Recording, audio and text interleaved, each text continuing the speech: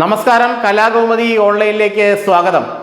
കോൺഗ്രസിന്റെ ഒരു ഗതികേട്, തലവിധി, ദുർദശ ഒന്ന് നോക്കിയേ. തെരഞ്ഞെടുപ്പ് അടുക്കാറായിട്ടും നല്ലൊരു സമരം നടത്താൻ പോലും കഴിയുന്നില്ല. നല്ലൊരു പ്രതിഷേധം പോലും 14 ജില്ലകളിലും നടത്താൻ കഴിയുന്നില്ല.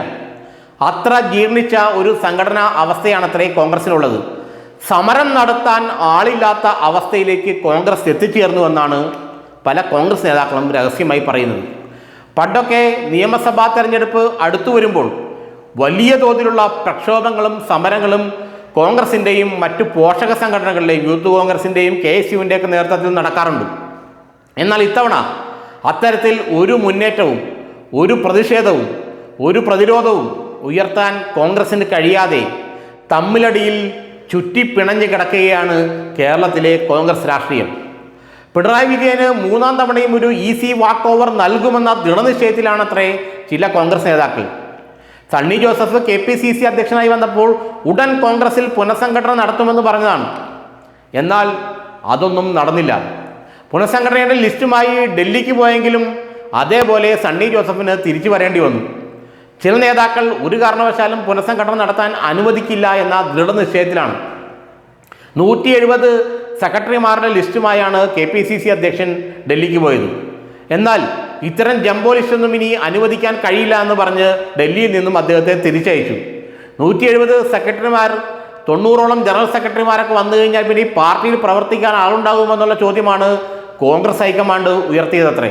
അങ്ങനെ നേതൃസമ്പന്നമായ നേതൃസമൃദ്ധമായ KPCC ഒന്നും ഇനി വേണ്ട എന്നും ജനറൽ സെക്രട്ടറിമാരും വളരെ കുറച്ച് മതിയെന്നും താഴെത്തട്ടിലുള്ള പ്രവർത്തനമാണ് ഊർജിതപ്പെടുത്തേണ്ടതെന്നുമുള്ള നിർദ്ദേശമാണ് കോൺഗ്രസ് ഹൈക്കമാൻഡ് നൽകിയത്. ഇതോടെ പുനഃസംഘടന വഴിമുട്ടി. പുനഃസംഘടനയിൽ ഇനി മുന്നോട്ട് പോക്കുണ്ടാവില്ലെന്ന് മനസ്സിലായപ്പോൾ പലരും പിൻവലിഞ്ഞു. അങ്ങനെയാണ് കോൺഗ്രസിന് തളർച്ച ബാധിച്ചത്. ഇനി സമരം ചെയ്യാനിപ്പോൾ ആരുമില്ലാത്ത അവസ്ഥയാണ്. ഇതേവരെ കാര്യമായ ഒരു സമരവും ഒരു പ്രക്ഷോഭവും കോൺഗ്രസിൻ്റെയും പോഷക സംഘടനകളുടെയും ഭാഗത്ത് നിന്ന് ഉണ്ടായിട്ടില്ല. സെക്രട്ടേറിയറ്റിനടയിലും police station police youth Congress നേതാവിനെ കുന്നംകുളത്ത് പോലീസ് മർദ്ദിച്ചതിനെ തുടർന്ന് ആ വിഷ്വലുകൾ പുറത്തു വന്നപ്പോൾ പോലീസ് സ്റ്റേഷനിലേക്കൊക്കെ വലിയ മാർച്ച് നടത്തിയെങ്കിലും 2 ദിവസം കൊണ്ട് ആ പ്രക്ഷോഭം മുടങ്ങി. കാരണം പിറ്റേ ദിവസം പോലീസ് അറസ്റ്റ് ചെയ്ത് ലോക്കപ്പിലായതിനു ശേഷം മറ്റ് സമരം ഏറ്റെടുത്ത് നടത്താൻ നേതാക്കളില്ലാത്ത അവസ്ഥ വന്നു. അങ്ങനെ ആ പ്രതിഷേധ പരിപാടികൾ കേവലം 2 ദിവസത്തിനുള്ളിൽ മുടങ്ങിപ്പോയി, അല്ലെങ്കിൽ ഇല്ലാതെയായി. അപ്പോൾ എങ്ങനെ പ്രതിഷേധം നടക്കാതെ, സമരപരിപാടികൾ നടത്താതെ എങ്ങനെ ജനങ്ങളിലേക്ക് ഇറങ്ങിച്ചെല്ലാൻ പറ്റുമെന്നാണ് കോൺഗ്രസ് നേതാക്കൾ പലരും ചോദിക്കുന്നത്. യാതൊരു സമര പരിപാടികളും ആസൂത്രണം ചെയ്യാനും പറ്റുന്നില്ല. KSU ആകട്ടെ എന്ത് സമരം ചെയ്യണമെന്ന് അറിയാനും പാടില്ലാത്ത അവസ്ഥയിലാണ്. 1-2 സമരങ്ങൾ നടത്തി KSU അധ്യക്ഷനടക്കം കുറേ നാൾ റിമാൻഡിലായി പുറത്തു വരുമെന്നുള്ളതല്ലാതെ സംസ്ഥാനം ഒട്ടുക്കും ക്യാമ്പസുകൾ കേന്ദ്രീകരിച്ച് ഒരു സമരപരിപാടികൾ ആസൂത്രണം ചെയ്യാൻ KSUവിന് കഴിയുന്നില്ല. യൂത്ത് കോൺഗ്രസിന് പിന്നെ പ്രസിഡന്റ് ഇല്ലാത്ത അവസ്ഥയാണ്. മഹിളാ കോൺഗ്രസ് ആകട്ടെ ഇത്രയും സ്ത്രീപീഡനങ്ങളൊക്കെ അല്ലെങ്കിൽ സ്ത്രീപീഡന കാര്യങ്ങളൊക്കെ റിപ്പോർട്ട് ചെയ്തിട്ടും മഹിളാ കോൺഗ്രസും അനങ്ങുന്നില്ല. INTUCൻ്റെ കാര്യം പറയുകയും വേണ്ട. അങ്ങനെ കോൺഗ്രസിൻ്റെ എല്ലാ പോഷക സംഘടനകളും നിർജീവമായ അവസ്ഥയിലാണ്.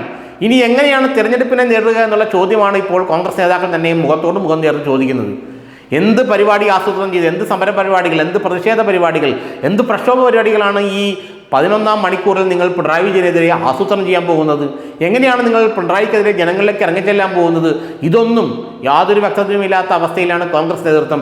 ഏതായാലും സമരം ചെയ്യാൻ കഴിയാതെ തളർച്ചയിലാണ്, സമരം ചെയ്യാൻ കഴിയാതെ നിശ്ചലാവസ്ഥയിലാണ്, സമരം ചെയ്യാൻ ആളില്ലാതെ തരിച്ചിരിക്കുകയാണ് കേരളത്തിലെ കോൺഗ്രസ് നേതൃത്വം.